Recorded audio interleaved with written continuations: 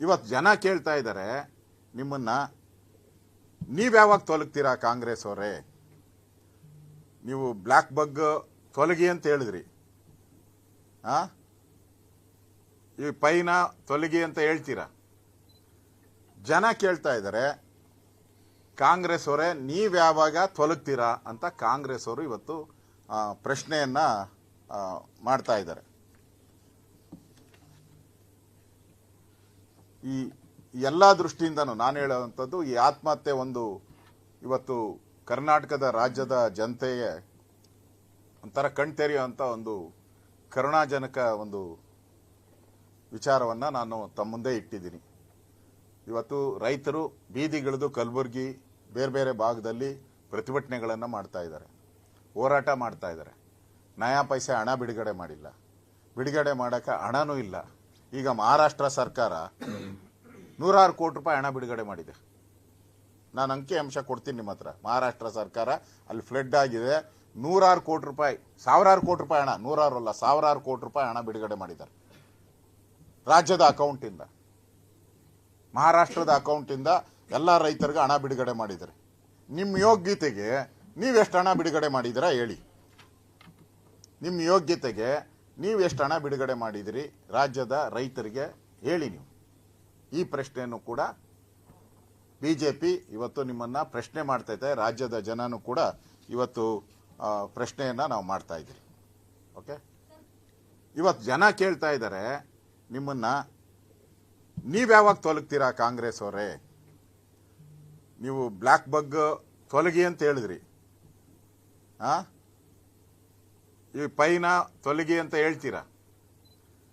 ಜನ ಕೇಳ್ತಾ ಇದ್ದಾರೆ ಕಾಂಗ್ರೆಸ್ ಅವರೇ ನೀವ್ಯಾವಾಗ ತೊಲಗ್ತೀರಾ ಅಂತ ಕಾಂಗ್ರೆಸ್ ಅವರು ಇವತ್ತು ಪ್ರಶ್ನೆಯನ್ನ ಮಾಡ್ತಾ ಇದ್ದಾರೆ. ಈ ಎಲ್ಲ ದೃಷ್ಟಿಯಿಂದನೂ ನಾನು ಹೇಳುವಂಥದ್ದು, ಈ ಆತ್ಮಹತ್ಯೆ ಒಂದು ಇವತ್ತು ಕರ್ನಾಟಕದ ರಾಜ್ಯದ ಜನತೆಗೆ ಒಂಥರ ಕಣ್ತೆರೆಯುವಂಥ ಒಂದು ಕರುಣಾಜನಕ ಒಂದು ವಿಚಾರವನ್ನು ನಾನು ತಮ್ಮ ಮುಂದೆ ಇಟ್ಟಿದ್ದೀನಿ.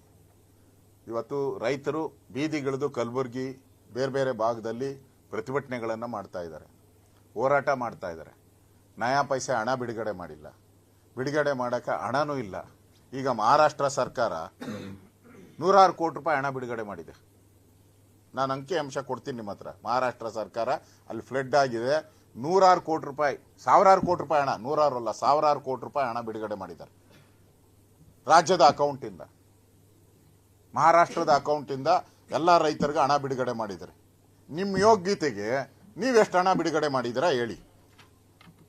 ನಿಮ್ಮ ಯೋಗ್ಯತೆಗೆ ನೀವೆಷ್ಟು ಹಣ ಬಿಡುಗಡೆ ಮಾಡಿದಿರಿ ರಾಜ್ಯದ ರೈತರಿಗೆ ಹೇಳಿ. ನೀವು ಈ ಪ್ರಶ್ನೆಯನ್ನು ಕೂಡ ಬಿಜೆಪಿ ಇವತ್ತು ನಿಮ್ಮನ್ನ ಪ್ರಶ್ನೆ ಮಾಡ್ತಾ ಇದೆ. ರಾಜ್ಯದ ಜನನೂ ಕೂಡ ಇವತ್ತು ಪ್ರಶ್ನೆಯನ್ನ ನಾವು ಮಾಡ್ತಾ ಇದ್ದೀರಿ.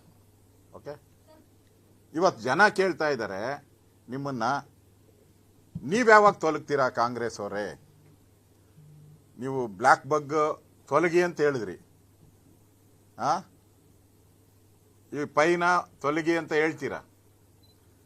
ಜನ ಕೇಳ್ತಾ ಇದ್ದಾರೆ ಕಾಂಗ್ರೆಸ್ ಅವರೇ ನೀವ್ಯಾವಾಗ ತೊಲಗ್ತೀರಾ ಅಂತ ಕಾಂಗ್ರೆಸ್ ಅವರು ಇವತ್ತು ಪ್ರಶ್ನೆಯನ್ನ ಮಾಡ್ತಾ ಇದ್ದಾರೆ.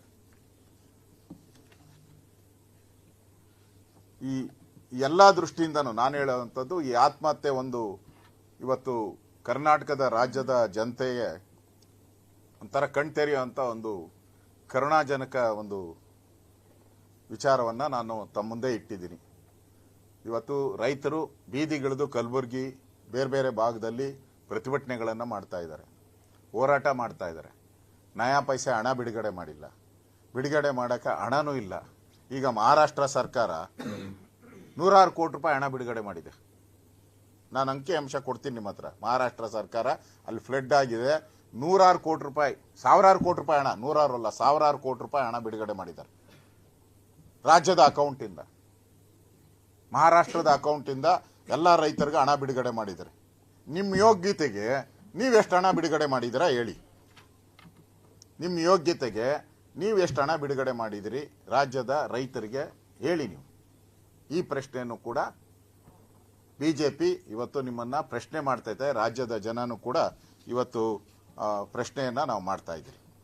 ಓಕೆ, ಹೆಚ್ಚಿನ ವಿಡಿಯೋಗಳಿಗೆ ಪ್ರತಿಧ್ವನಿ ಯೂಟ್ಯೂಬ್ ಚಾನೆಲ್ ಸಬ್ಸ್ಕ್ರೈಬ್ ಮಾಡಿ, ಬೆಲ್ ಐಕಾನ್ ಕ್ಲಿಕ್ ಮಾಡಿ.